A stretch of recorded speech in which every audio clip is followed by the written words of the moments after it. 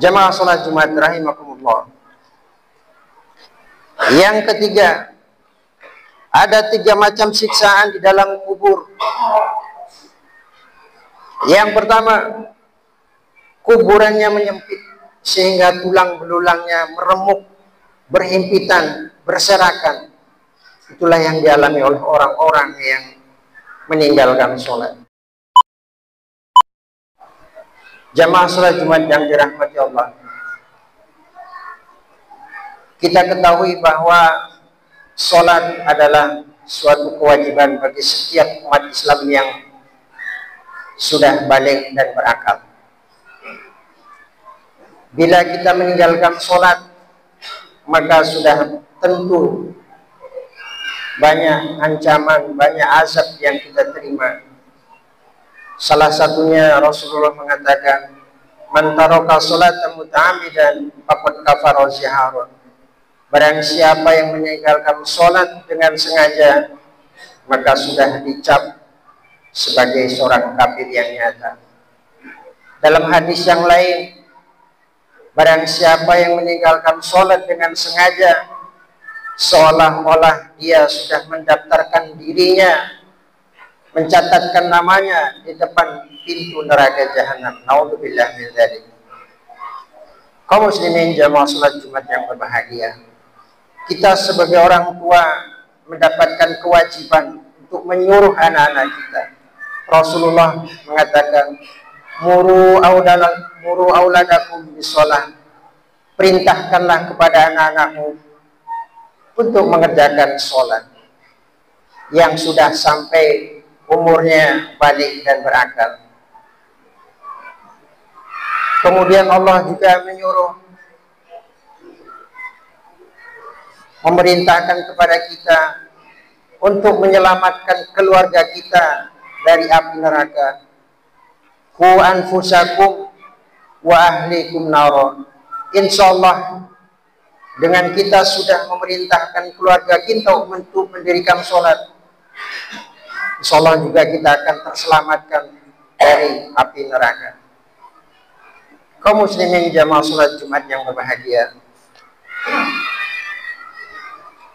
Syekh Muhammad Zainuddin Al-Aziz Al-Maribari dalam buku Irsadul Ibad mengatakan, ada 15 jenis azab dari Allah bagi orang-orang yang meninggalkan sholat. Yang pertama, 6 siksaan ketika kita masih berada di dunia. Yang pertama, Allah akan mencabut keberkahan dalam umurnya, seolah-olah umurnya panjang, banyak jumlahnya, tapi dirasa tak bermanfaat dalam kehidupannya, dicabut keberkahan dalam umur. Yang kedua, dihilangkan cahaya kesolehannya di wajahnya, tak kelihatan wajah-wajah orang-orang yang soleh, orang-orang yang ceria. Kelihatan wajahnya murung. Ini salah satu dicabutnya cahaya dari wajah kita bila kita selalu meninggalkan sholat. Yang ketiga, segala amal baiknya tidak mendapatkan pahala. Naudzubillah. Sampai sebegitunya, amal apapun yang kita kerjakan tidak akan mendapatkan balasan pahala dari Allah Subhanahu wa taala. Yang keempat, doanya tidak akan dikabulkan oleh Allah. Doanya tidak akan dikabulkan oleh Allah Subhanahu wa taala. Yang kelima, tidak mendapatkan bagian doa dari orang-orang yang soleh. Kita selalu mengaminkan doa, Allahumma ighfir lana, Allahumma ighfir lil muslimin wal muslimat. Kita tidak mendapatkan bagian dari doa itu. Betapa sedihnya, tak seorang pun yang dapat sampai doa kepada kita bila kita menjadi orang-orang yang selalu meninggalkan sholat. Yang keenam, akan dibenci oleh kebanyakan orang. Golongan yang kedua, 3 macam siksa ketika menjelang ajal. Ketika kita akan menjelang ajalnya atau menjelang kematian datang, maka Allah akan berikan siksa. Yang salah satu, mati dalam kondisi terhina atau su'ul khotimah. Mati su'ul khotimah, mati yang terhina, mati yang mengenaskan. Itulah azab ketika kita meninggal. Ketika kita meninggalkan sholat. Yang kedua, ketika mati dalam kondisi lapar. Dan yang ketiga, mati dalam kondisi sangat haus yang bersangatan. Dalam satu riwayat ada disebutkan, ketika seseorang sedang sakaratul maut, datanglah iblis dengan membawa secangkir air.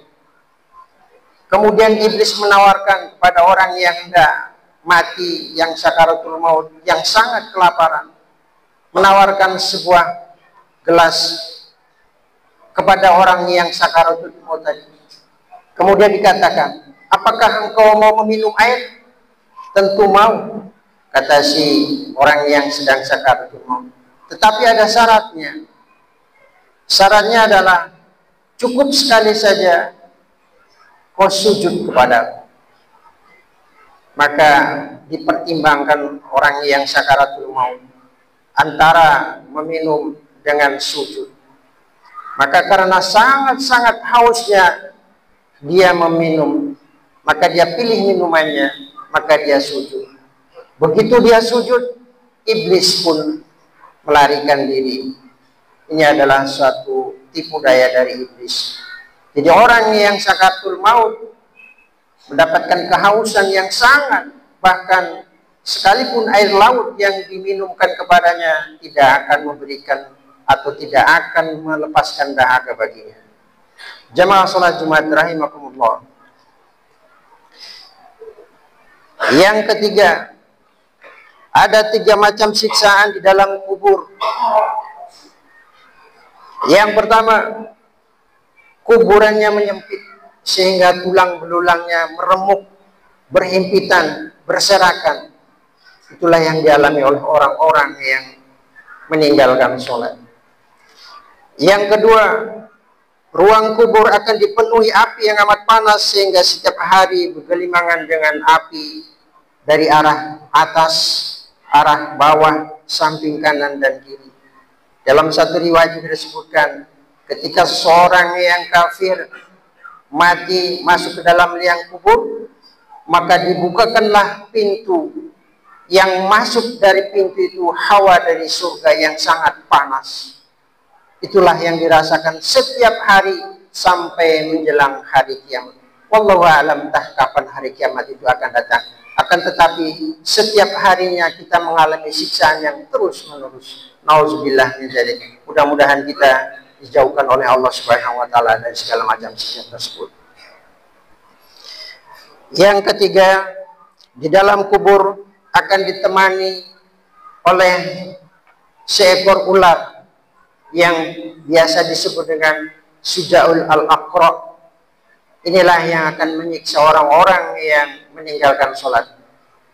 Disebutkan bahwa ular itu yang besarnya tidak terhitung, akan tetapi dia mempunyai 7 kepala, yang masing-masing kepala akan menyiksa orang-orang yang kafir dan orang-orang yang meninggalkan sholat tersebut.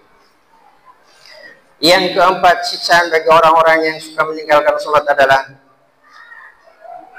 hisab yang sangat berat pada hari kemudian atau pada hari kiamat, pada masa. Bahkan orang-orang yang meninggalkan sholat terus-menerus tidak akan dihisab oleh Allah Subhanahu wa taala sampai menunggu perintah dari Allah Subhanahu wa taala untuk menyelamatkannya. Yang kedua, dibenci oleh Allah Subhanahu wa taala di padang mahsyar. Allah tidak akan memandangnya. Allah benci, tidak akan pernah memandang orang-orang yang maksiat. Yang ketiga, disiksa di dalam neraka. Ini sudah pasti. Bagi orang-orang yang meninggalkan sholat, banyak ayat Quran dan hadis-hadis yang menyatakan kesiksaan, kesengsaraan yang amat sangat di dalam neraka jahanam. Jamaah Jumat rahimakumullah. Saya berpesan kepada anak-anak, adik-adik remaja, dimanapun kalian berada, kapanpun, dalam keadaan apapun, sakit, sehat, jangan pernah tinggalkan sholat.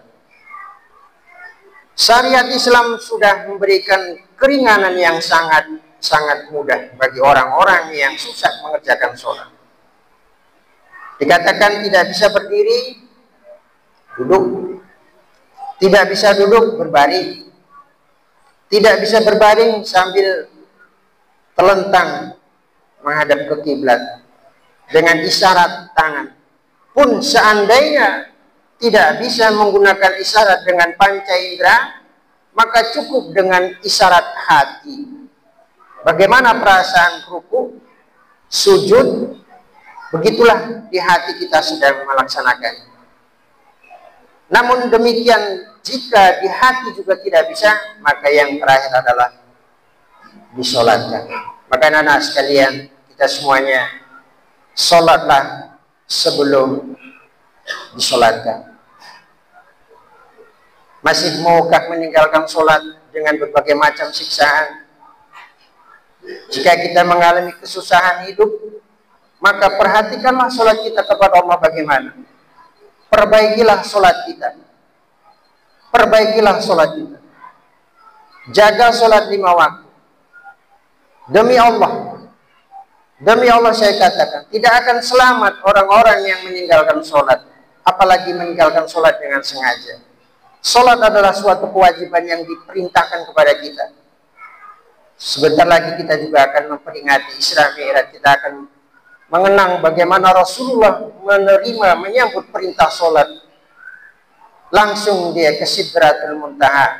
Tidak seperti perintah-perintah puasa, haji dan lainnya melalui ayat semuanya, tetapi solat melalui langsung ke Sidratul Muntaha. Jamaah sholat Jumat rahimakumullah.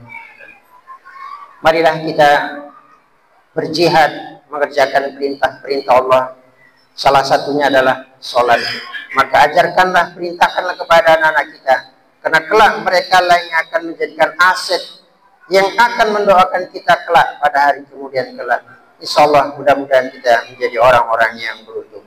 Fa'tabiru ya ulil albab.